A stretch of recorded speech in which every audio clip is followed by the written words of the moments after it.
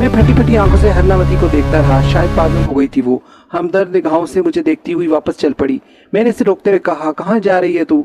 अब कहाँ जाऊंगी भैया जी, मेरा ससुराल तो खत्म हो गया, इसने रुंधे हुए लहजे में कहा। बेहया बेशरम नीच जात थे वो, इस घर को अपना ससुराल कहते, तुझे शर्म नहीं आती? जवाब में इसने मुझे हकारत भरी निगाहों से देखा और कमरे से निकल गई। मगर मुझे कुछ करना था। अगर इसने किसी और के सामने जुबान खोल दी तो मेरे लिए बड़ी मुश्किलात पैदा हो जाती। चुनांचे मैंने इसे दूसरे दिन ही एक अलग थलग जगह रख दिया। मेरी हवेली पुरखों की बनाई हुई है, 2 हिस्से हैं इसके, एक हिस्सा वीरान पड़ा रहता है। मैंने इसी वीरान हिस्से को साफ सुथरा कराया और इसे वहां पहुंचा दिया। मेरी पत्नी पहले तो हैरान हुई, बाद में मुझे इसे अपना राजदार बनाना पड़ा। अमरनाथ वगैरह से मैंने हरनावती की कही हुई बातों की पूरी तफसील नहीं बताई थी कि कहीं वो डर न जाए, लेकिन हरनावती की कैद की निगरानी करने के लिए इसी को मुंतखब किया था और ये कहा था कि हरनावती को इस बात का शुबा हो गया है कि लाखों के घराने को मारा गया है। अमरनाथ मेरा वफादार आदमी था, आंखें बंद करके अपने काम में लग गया। मगर मेरी नींदें हराम हो गई थी। महाराज, मैं ये सोचता था कि हरनावती हीरा का नाम कैसे लेती है। वो ये बात कैसे कह रही है कि हीरा ने इसे ये तफसील बताई थी। वैसे तो मैं ना मानता, मगर इसने इन तमाम लोगों के नाम बिल्कुल ठीक ठीक लिए थे जो लाखों के घर आग लगाने गए थे। फिर एक खौफनाक वाकया पेश आया। अमरनाथ और इसके 2 साथी जो रात को वहीं सोया करते थे जहां हरनावती कैद थी, अचानक ही आधी रात को दहशत से चीखते हुए दौड़ते नजर आए। इन तीनों के जिस्मों में आग लगी हुई थी और शोले इतने बुलंद थे कि हवेली के दूसरे मुलाजमों ने इन्हें देख लिया था। लोग कहते हैं, मैं तो इस वक्त मौजूद नहीं था, कि उन्होंने आग बुझाने की हर मुमकिन कोशिश की, मगर इनके जिस्मों में लगी आग ना बुझी और तीनों के तीनों ऐसे जल गए जैसे कोयला जलकर सख्त हो जाता है। पता ही ना चल सका कि इनके जिस्मों में आग कैसे लगी। इस वाकये से बड़ा खौफ फैल गया था। बस्ती वालों को इस बारे में बस इतना ही पता चल सका था कि किसी तरह 3 आदमी जलकर भस्म हो गए। असल बात किसी के कानों तक नहीं पहुंची थी। हरनावती से मैं खुद मिला तो वो मुतमईन नजर आई, हंसकर बोली, बाकियों के साथ भी यही कुछ होने वाला है महाराज, थोड़ा सा इंतजार कर ले और इसके बाद आपकी बारी आएगी। तेरा दिमाग खराब हो गया, दुश्मन हो गई तू हमारी? नहीं महाराज, मैंने तो ऐसा नहीं किया। हीरा मुझे पहले ही बता गया था कि इब्तिदा वो अमरनाथ और इन दोनों से करेगा। मेरे ऊपर पहरा लगाने की जरूरत नहीं है महाराज। बचा सकते हो तो इनके घरों को इन्हें बचा लेना जिन्हें तुमने इस काम के लिए आमादा किया था। मैं कहाँ जाऊंगी, मेरा कौन सा ठिकाना है? मैं काफी परेशान हो गया था, मेरी समझ में नहीं आ रहा था कि मैं क्या करूं। अमरनाथ मेरा मुशीर था, हर तरह के मशवरे में इसी से करता था। वो ना रहा था, मुझे इसकी मौत का बहुत अफसोस था। बहरहाल परेशानियों का आगाज तो इसी दिन से हो गया था महाराज, जिस दिन से मुझे ये पता चला कि हरनावती ने इस नीच जात से शादी कर ली है और अब ये परेशानियां अरूज को पहुंचती जा रही थी। मेरे बेटे ऐशो इशरत की जिंदगी में परवान चढ़े थे। बड़े बेटे की शादी करने वाला था मैं, मगर कोई बात समझ में नहीं आ रही थी। फिर एक दिन पता चला कि रघु और शंकर जो खेत पर काम कर रहे थे, सांप के डसने से मर गए। किसी ऐसे नाग ने डसा जो बहुत जहरीला था। दोनों की लाशें तक ना उठाई जा सकी थी। बदन का सारा गोश्त गलकर पानी की तरह बह गया था और हड्डियों के ढांचे खेतों में पड़े नजर आए थे। जहां जहां इनका पानी बहा था वहां जमीन नाअहल हो गई थी कि जैसे आग लगा दी गई हो। और इसके बाद महाराज वो खेत फिर से सरसब्ज ना हो सके। फिर इनके बाद दूसरे लोगों की बारी आई।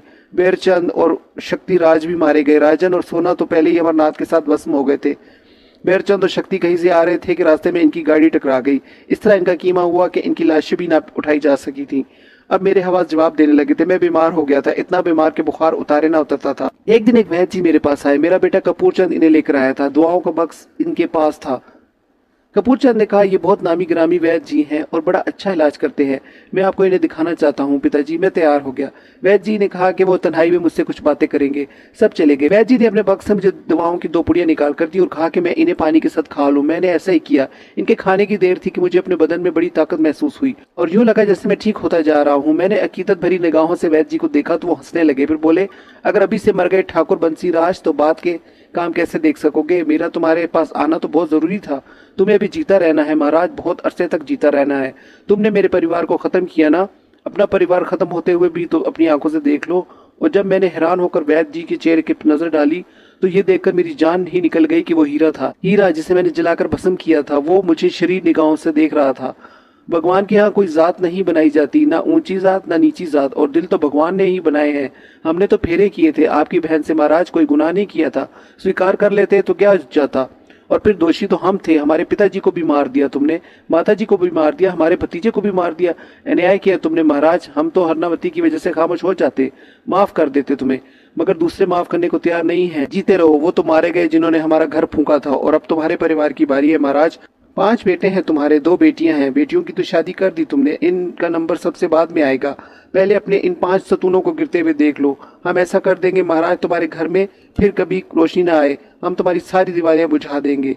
हम सब ने यही फैसला किया है, तुम्हें जीना है, बीमार रहोगे ये तुम्हारी मर्जी है, जरा सेहतमंद रहो ताकि अपने किए का अंजाम अपनी आंखों से देखो। ये कहकर हीरा दरवाजे से बाहर निकल गया। मेरे पूरे जिस्म में सर्द लहरें दौड़ रही थी। कोई शुबा नहीं था, कोई धोखा नहीं था। जो कुछ देखा था अपनी आंखों से देखा था, जो कुछ सुना था अपने कानों से सुना था, और दिल खून होकर रो रह गया था।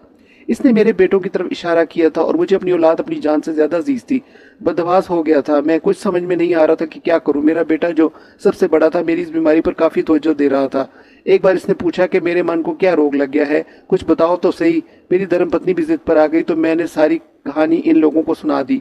मेरा बड़ा बेटा हंसने लगा, फिर बोला ये आपका वहम है महाराज, आपके दिल में चोर बैठ गया है। वो सारे के सारे जो मरे आपको इनकी मौत की वजह से मालूम है, साथ से ही हुए थे।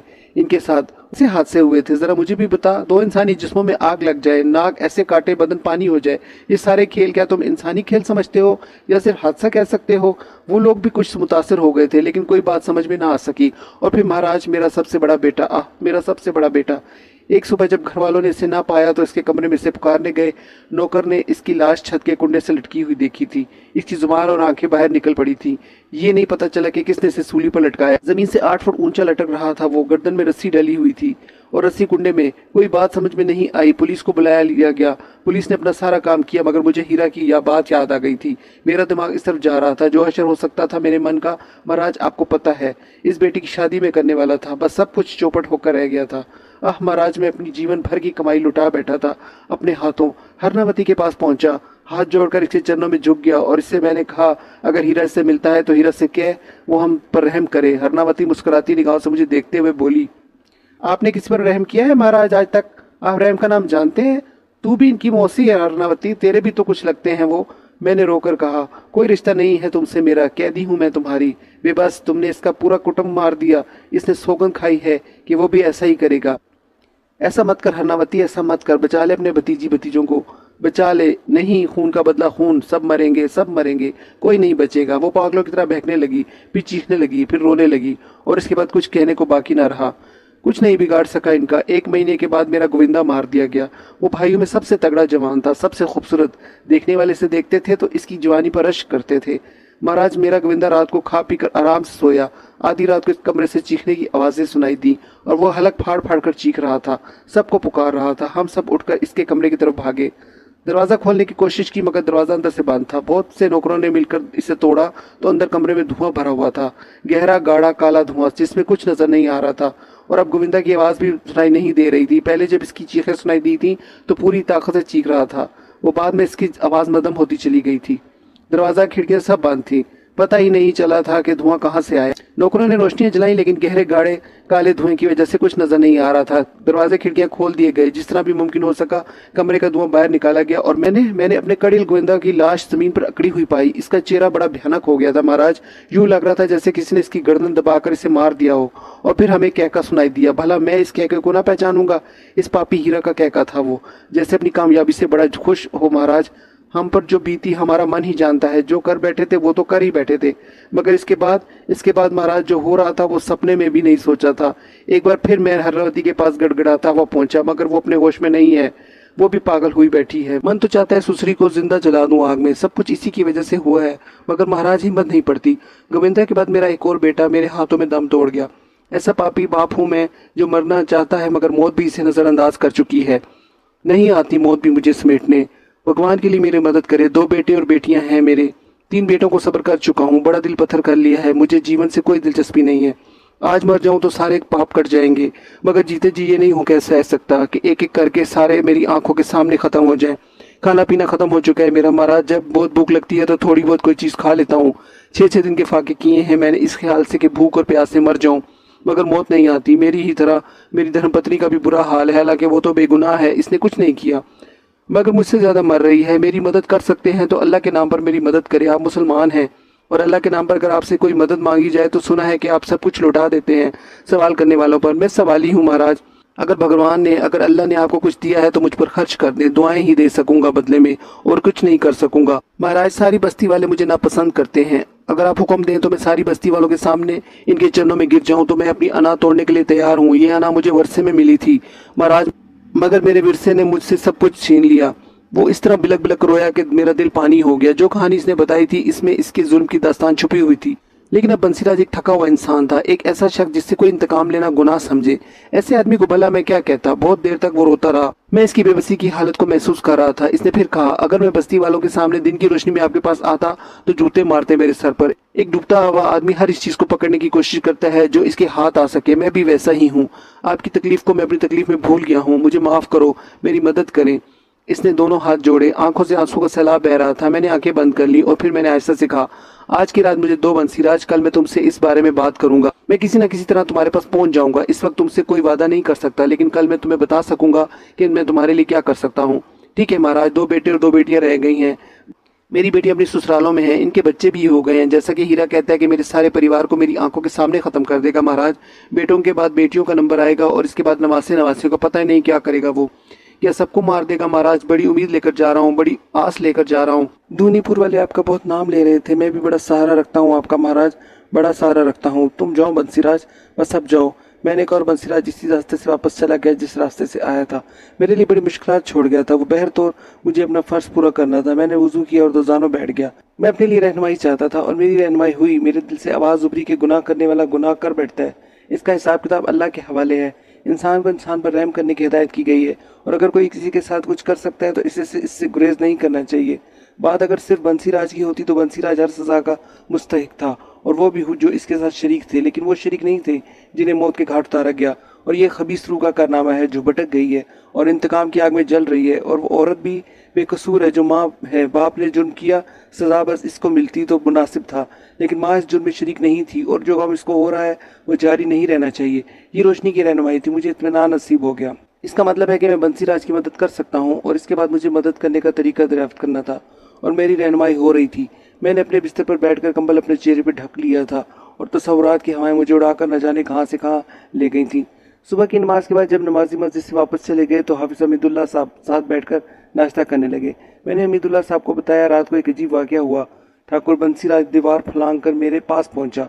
शायद आपको इस बात का इल्म हो कि धूनीपुर का ठाकुर बंसीराज किसी मुसीबत में गिरफ्तार है, किए का फल पा रहा है। वो 3 बेटे हलाक हो चुके हैं इसके और बड़ी पुरस्कार दास्तानें सुनाई जा रही हैं इसके सिलसिले में, मगर वह आपके पास मदद के लिए आया था। हैरत की बात है, नाक पर मक्खी नहीं बैठने देता। अब इसकी अनाज टूट चुकी है और अब वो धूनीपुर के हर शख्स के सामने नाक रगड़ने पर तैयार है। मेरा ख्याल है हाफिज साहब, इसके बाकी बच्चों को जिंदा रहना चाहिए। इंतकाम का ये तरीका मुनासिब नहीं है। सजा अगर सिर्फ इससे दी जाए जिसने गुनाह किया हो तो ज़्यादा बेहतर होता है। जो बेगुनाह हो इन्हें किसी और के गुनाहों की सज़ा नहीं मिलनी चाहिए। हाफिज हमीदुल्लाह साहब ने मुझे गहरी निगाहों से देखा, फिर बोले, अगर आप कुछ करना चाहते हैं साहब तो ठीक है। इस सिलसिले में मेरी जो खिदमत होंगी इन्हें सर अंजाम देने के लिए तैयार हूँ। मेरे होठों पर मुस्कुराहट फैल गई। मैंने कहा, बस आपकी दुआएं दरकार होंगी, मुझे इसके अलावा और कोई ज़रूरत नहीं है। हाफिज हमीदुल्लाह साहब मुस्कुराकर खामोश हो गए। फिर मैंने इनसे कहा, वैसे बस्ती वाले भी बंसीराज से नफरत करते होंगे, आपका क्या ख्याल है?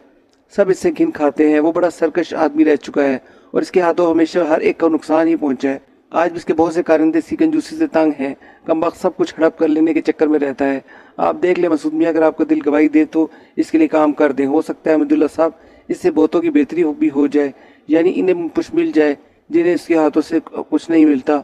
वो तो अपने आप को इतना मजबूर और बेकस जाहिर कर रहा था कि यूँ लगता था जिससे अब इसे धन दौलत की कोई दिलचस्पी ही ना हो। बहरहाल देखे लेते हैं, इसकी मदद तो करना ही होगी। इस तक पहुँचने का क्या जरिया हो सकता है?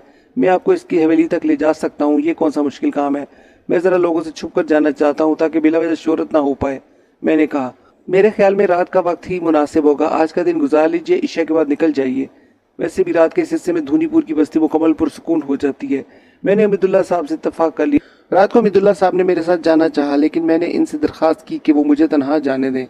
हमीदुल्लाह साहब ने सच कहा था। पूरी बस्ती शहर खामोशा बनी हुई थी। कुत्ते तक नहीं भौंक रहे थे। इक्का दुक्का घर से रोशनी झलक रही थी। मैं बस्ती के खुले मैदान में निकल आया जहाँ बीचों बीच एक चबूतरा नजर आ रहा था जिसके ऐन दरमियान में एक बड़का दरख्त फैला हुआ था।